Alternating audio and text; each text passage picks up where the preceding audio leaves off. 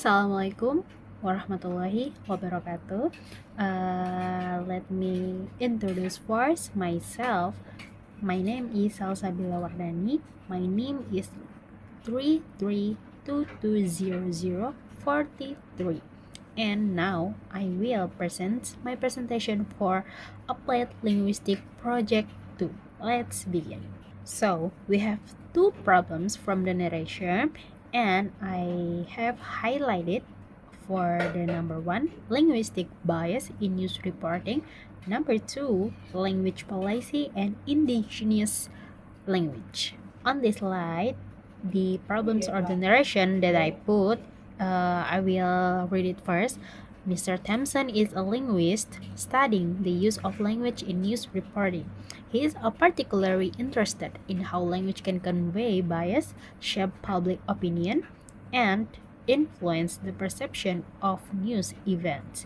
Mr. Thompson analyzed articles from various news outlets covering the same events to identify linguistic patterns that may indicate bias.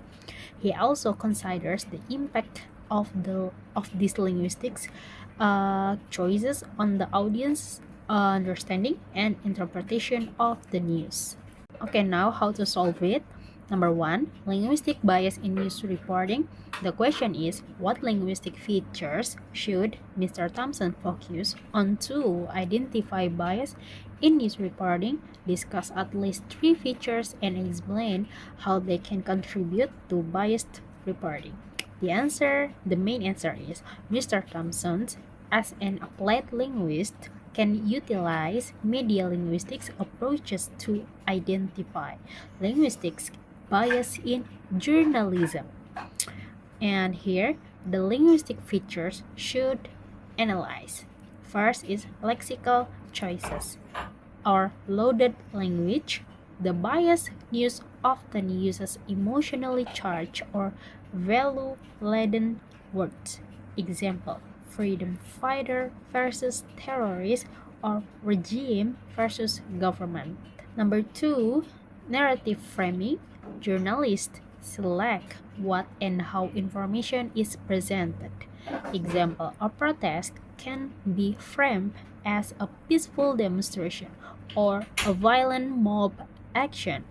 This reference took from the media linguistics studies how journalistic texts are shaped by narrative, technique, and interpretation.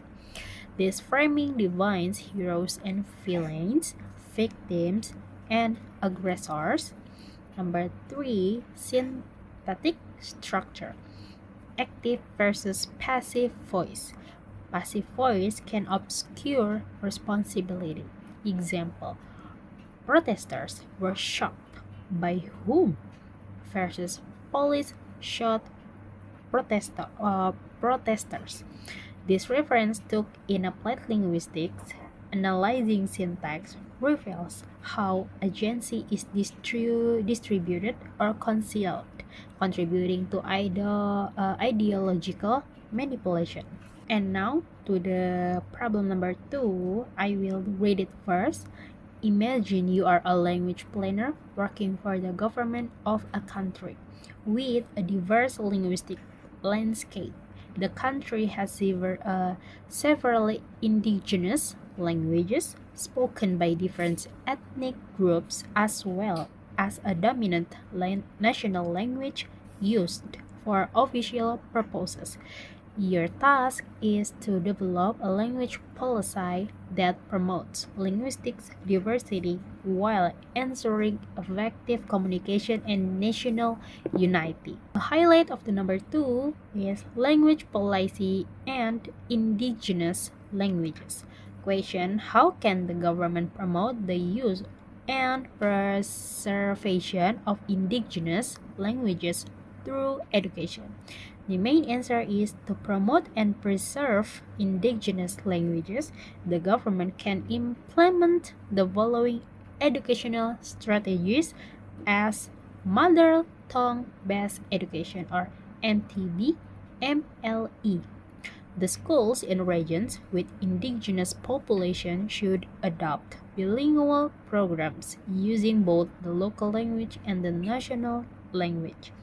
The benefit is children maintain their mother tongue while gaining competence in the national language, enhancing both cultural identity and communication in their school.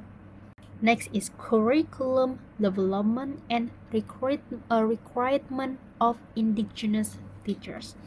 Include cultural narratives, proverbs, and oral traditions in school materials. Develop educational materials in indigenous languages and train teachers who are fluent in them. Teachers should be bilingual and from local communities. The benefit is increases the quality and legitimacy of indigenous language education, preventing language shift or loss. This helps children connect language with identity of the indigenous languages. Now, next to the support through media and institutions. Promote indigenous languages via TV, radio, and government platforms. Government-sponsored content in indigenous language boosts prestige and exposure over indigenous language as subject in school and use them as mediums of instruction where appropriate. That's all for the problems, the highlight, how to solve it. And now to the conclusion, applied linguistics provides a powerful framework for analyzing real-world language issues, such as bias in media and language policy in multilingual societies. From the analysis of linguistic bias in journalism to the preservation of indigenous languages through education, applied linguistics not only investigates problems but also carries a moral and professional responsibility to suggest informed and ethical solutions. Ultimately, both problems demonstrate that applied linguistics is not just about language analysis, it's about action, advocacy, and responsibility. As Broomfield 1995 stated, applied linguistics must tackle real-world language issues and propose remedies that are socially aware, culturally sensitive, and ethically grounded. And that's all for the applied linguistic project 2. Hope you like it for my presentation from the how I solve it. Thank you and wassalamualaikum warahmatullahi